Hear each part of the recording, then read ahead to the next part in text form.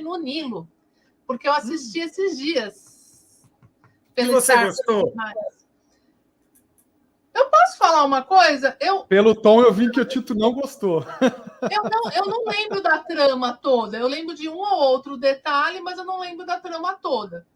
Porém, a foto do filme, as paisagens, o cenário, eu achei magnífico. O vestuário lá, o pessoal, eu achei que estava tudo meio que de acordo com a época. O que eu não suportei foi o Poirot. Aquele bigode. Gente, que bigode era aquele? Olha, que eu vou te dizer que o bigode, em relação ao primeiro, melhorou muito, porque no Assassinato do Expresso do Oriente estava pior.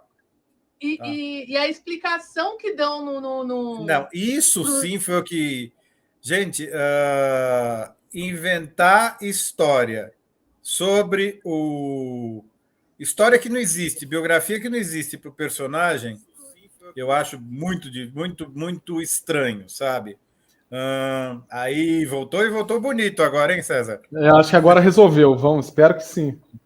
Então, o que acontece? Até publiquei tanto na página Agatha Christie Brasil, quanto no grupo Agatha Christie Brasil, como acho que talvez, não sei, acho que no meu perfil também, comentário da atriz Elaine Cristina, que eu sigo ela, assisto as coisas dela de vez em quando.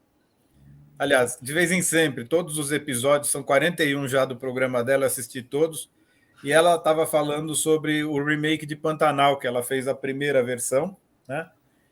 E ela soltou uma frase sobre as adaptações e as readaptações e os remakes das coisas que já foram feitas. E eu achei ela tão brilhante na colocação dela que eu fiz um clipezinho de 1 minuto, né?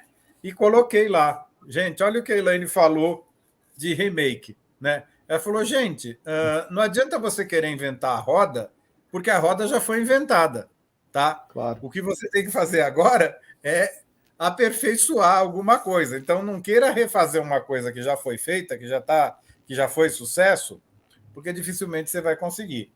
Não que umas versões mais legais de Morte no Nilo ou de Assassinato no Expresso do Oriente não possam ser feitas, mas querer inventar uma biografia de um personagem consagrado, acrescentando coisas fictícias que lá não existem, até um certo limite vai, tá? Mas depois se torna meio que inaceitável. Você colocar Poirot na Primeira Guerra, sendo que Poirot se consagrou exatamente por ter fugido da Bélgica durante a Primeira Guerra, né? Ele não participou da guerra, ele já tinha idade demais para participar de guerra. Aí inventaram uma história que ele foi herói de uma ponte que estourou.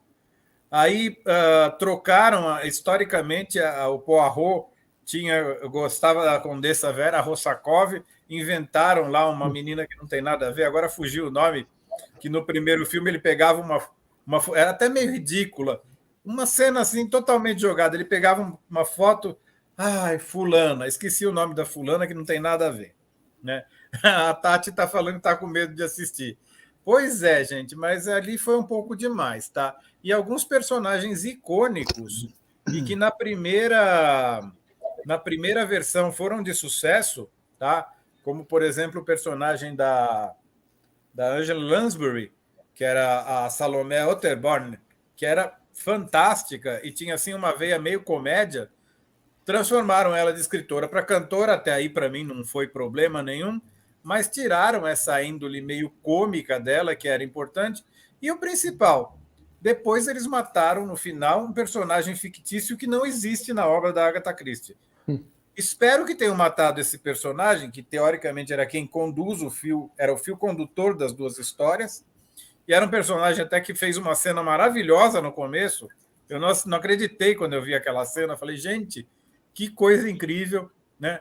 Depois mataram o cara, eu falei, será que o Kenneth Branagh desistiu e não vai mais fazer filmes da Agatha? Talvez seja um favor que ele está fazendo para a gente. O futuro dirá.